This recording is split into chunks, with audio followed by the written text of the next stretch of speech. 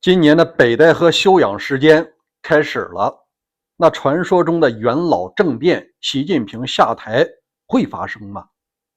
老习为了防止政变，定了2条铁规矩，它到底是什么呢？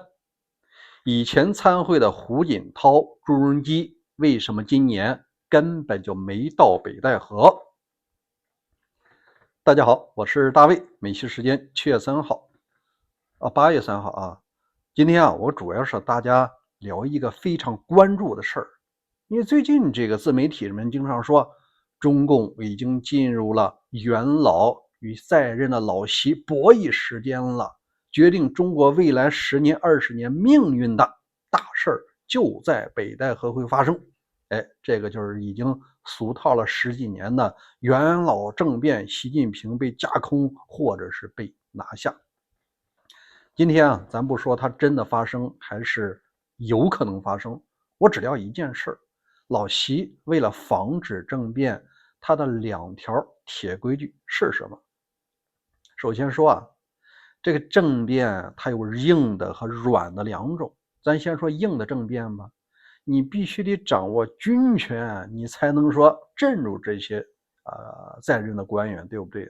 但目前老习定了一条规矩，他走到哪儿，只要是离开北京，或者说到了北戴河，中部战区司令、政委你基本上就得在身边。现在的司令是韩胜言，你也可以把它理解为习家军了。那你想一下，整个河北省就2支部队，一个是在保定，一个是远在西边的张家口。像原来的27已经到了这个太原了，沈阳军区没有命令不敢过来。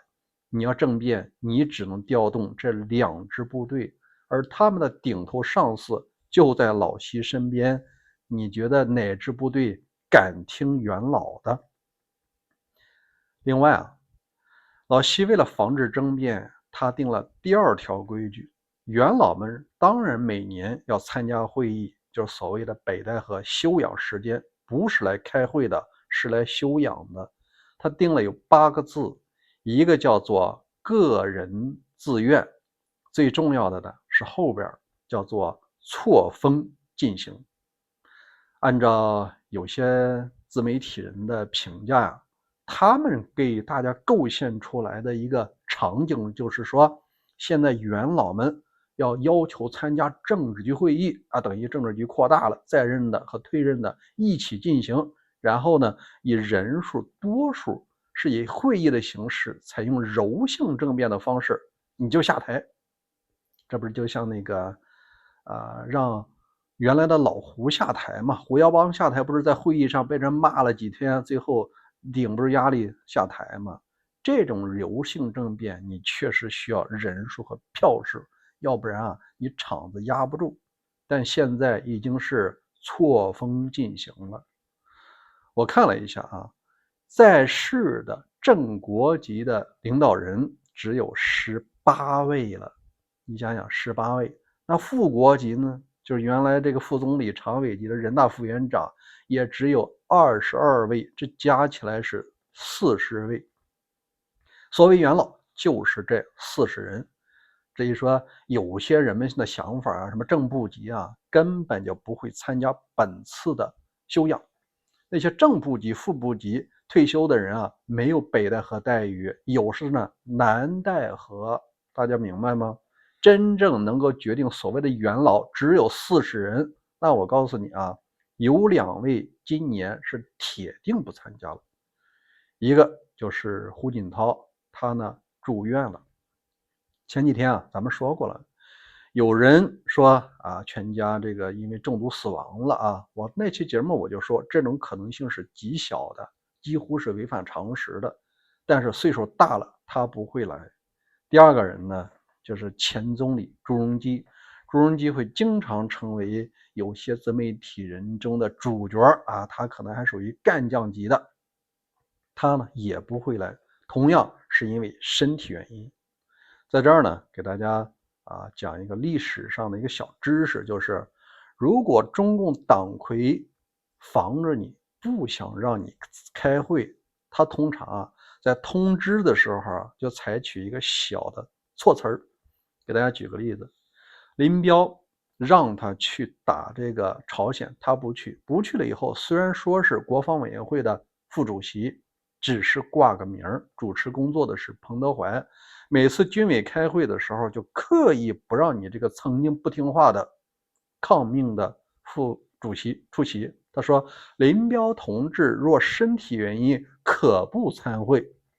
你看，每次给你发通知发吗？发给你了，但是人家括号写着林彪同志如身体原因可请假不参会，那你还来？只是告诉你一声而已，面子上你是国防委员会的副主席，实际上你要真傻乎乎的去啊，那人家就没让你去。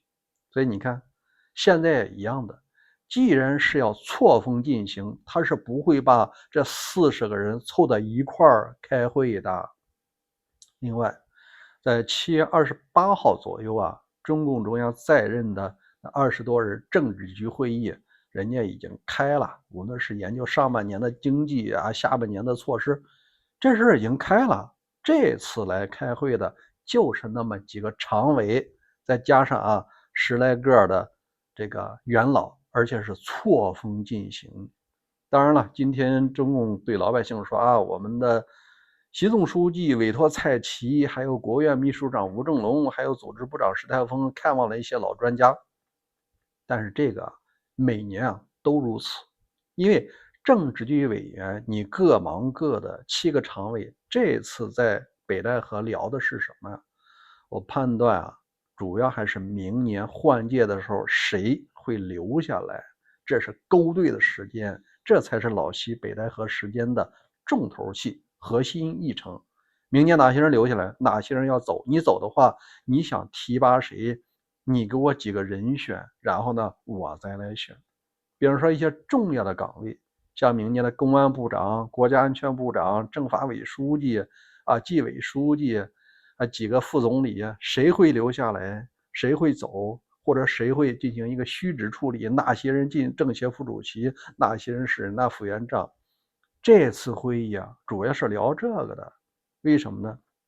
这些元老不会参与这件事儿，但不排除像栗战书这样习派的老哥们儿、元老，平时没机会，那现在有机会了，你想提拔谁呀？